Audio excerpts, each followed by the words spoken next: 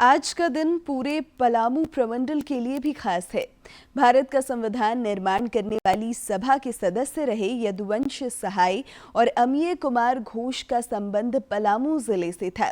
वर्तमान में यदुवंश सहाय के पुत्र बृजनंदन सहाय अपने परिवार के साथ पलामू के जेलहाता परिसर में रहते हैं, जो इस इलाके के लिए गर्व की बात है। संविधान की मूल प्रति में इन दोनों महापुरुषों के हस्ताक्षर उस खास पल के आज भी साक्षी हैं।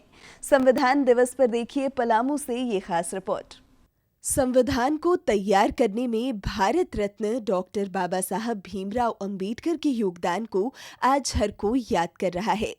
संविधान सभा में प्रांतवार कई सदस्य शामिल थे। तत्कालीन बिहार के यदुवंश सहाय और अमिय कुमार घोष संविधान सभा के सदस्य थे। 25 अगस्त 1949 को यदुवंश सहाय ने आदिवासियों को लेकर महत्वपूर्ण विचार रखे थे। वहीं अमिय कुमार घोष ने मृत्यु दंड को लेकर अपने विचार व्यक्त किए थे। 92 साल के हो चुके बृजनंदन सहाय अपने पुत्र और परिवार के साथ पलामू में रहते हैं।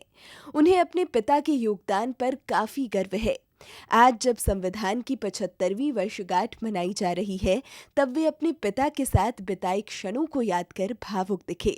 दिवस तो मनाया जा रहा ही है। संविधान तो हम लोग का धर्म ग्रंथ है और आज जितने भी सरकार या देशवासी चल रहे हैं उसी संविधान के अनुरूप चल रहे हैं।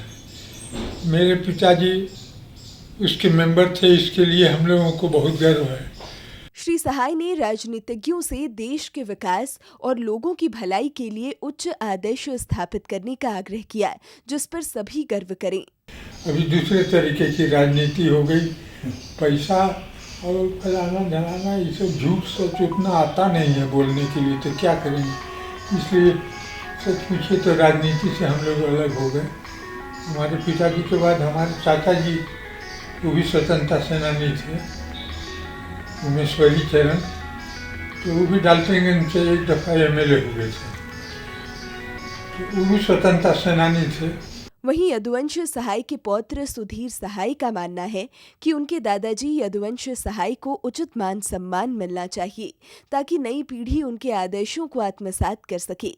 उन्होंने युवाओं से संविधान को जानने समझने और उसका अनुसरण करने की भी अपील की। बिल्कुल 8-9 संविधान सभा के मेंबर हैं झारखंड से, उनके लिए कुछ होना चाहिए। संविधान यहाँ फिर में उनका फोटो लगना चाहिए विधानसभा में, उनके बारे में चर्चा होनी चाहिए। संविधान सभा में महती योगदान के साथ ही यदुवंश सहाय ने स्वतंत्रता संग्राम में भी बढ़ चढ़कर हिस्सा लिया था। महात्मा गांधी के साथ कई आंदोलनों के वे साक्षी रहे थे।